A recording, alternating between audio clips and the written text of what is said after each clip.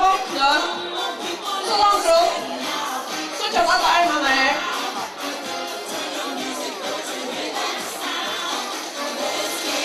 Ja, lite mer efter. Så börjar armarna ner. Här ska börja axlar. Där är armarna ner. Jag ska följa här.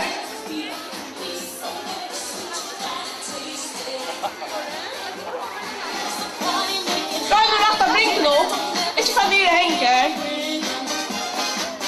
Opp og loft. En arm. Og hit. Opp.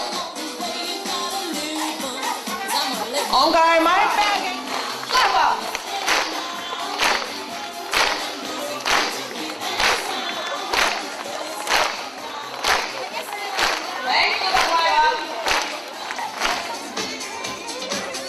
Armar svingar bara först. Ryan kommer ner i hälen kvar över. Tacka lugga armar vid. Bant ut.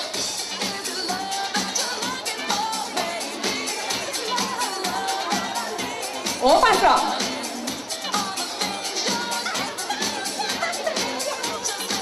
Och bant upp.